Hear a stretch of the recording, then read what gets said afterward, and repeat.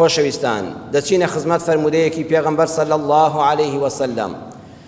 سەروەرمان خۆشەویستمان صلی الله عليه وسلم دەفەرمێ من أصبح منكم آمنا في سربه معافى في جسده عنده قوت يومه فكأنما حيزا له الدنيا بحذافيرها.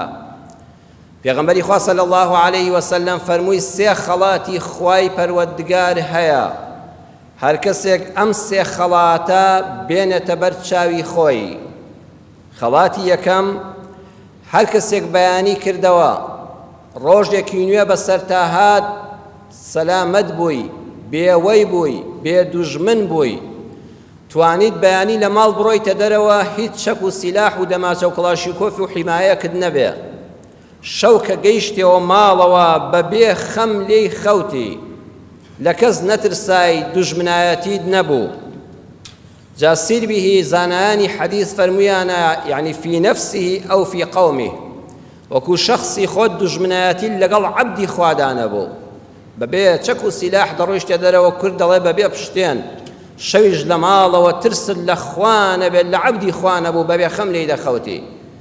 لە ناو وڵاتەکەت و هەرێمەکەتدا شەڕەدەنووکی حیزبایەتی و یەکتر بریندارکردن و یەکتر خاینکردن نەبوو، دڵنیا بووی کە برایەتی و خۆشەویستی هەیە. وڵاتەکەت شەڕی نەبوو لەگەڵ وڵاتانی تردا، تەقە و تەقینەوە لە ناو وڵاتتا نەبوو، مەترسی هێرشی دوژمن و دەربەدەرین نەبوو. بەڕاستی ئەمە خەڵاتێکی گەورەیە. ئەم خەڵاتە گەورەت هەبوو، نرخی بزانە. دووەمیان معافى فی جەسەدی، ڕۆژێکی نوێت بەسەرا هات و کە بەیانی هەستای جەستەن نەدەیەشە، لەشێکی ساغ و خۆشت هەبوو کە بەیانی هەستای. لە کاتی نان خواردنەکاندا حەپی پێش نان و حەپی دوای نان خواردنت ڕیز نەکرد بوو بۆ چەند نەخۆشیەک. هەروەها شەو کە دەچوویتە سەر جێگای خەوتن، ئەوەندە بە ئیسراحەت هەر ئاوات دەکرد و خەوت لێ دەکەوت، لەبەر ئازار خەوت لێ نەدەزڕا، دەرونیشت ئاسوودە بوو. چونکە بەڕێزان خەڵکانێکمان هەیە جەستەی عەیبی نییە، هەرچی عەیب بێ لە جەستەیدا نییە، بەڵام سوبحان الله لە ناخەوە وێرانە.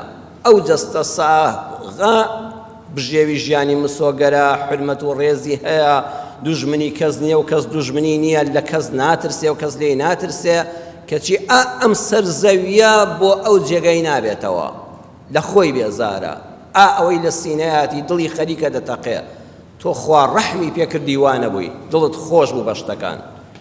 سێمیان عینده قوت یومه، ئەو ڕۆژی کە بەیانیت کردەوە نان و بژێوی و خۆراک و پێویستی ڕۆژانە لە ناو ماڵەکەتدا بۆ ئەو ڕۆژە بوونی هەبوو، بەشی ئەو ڕۆژە پارە لە گیرفانتا هەبوو، ئەو ڕۆژە کە هەستای بێکار نەبووی، ئیشێک چاوەڕێی دەکردی و دەتزانی خەریکی چی و بژێوی بۆ خۆت و منداڵەکانت پەیداکەی. ئەگەر لە کۆمپانیایە کارت دەکرد دڵنیا بووی کە موچەی ڕۆژانەکە نافەوتێ و سەری مانگ بە ڕێک و پێچی وەری دەگری. ئەگە فەرمانبەری حکوومەت بووی دڵنیا بووی لەوەی لە کاتی خۆیدا موچەکەت بەبێ لێبڕین و دواکەوتن دەدرێتێ.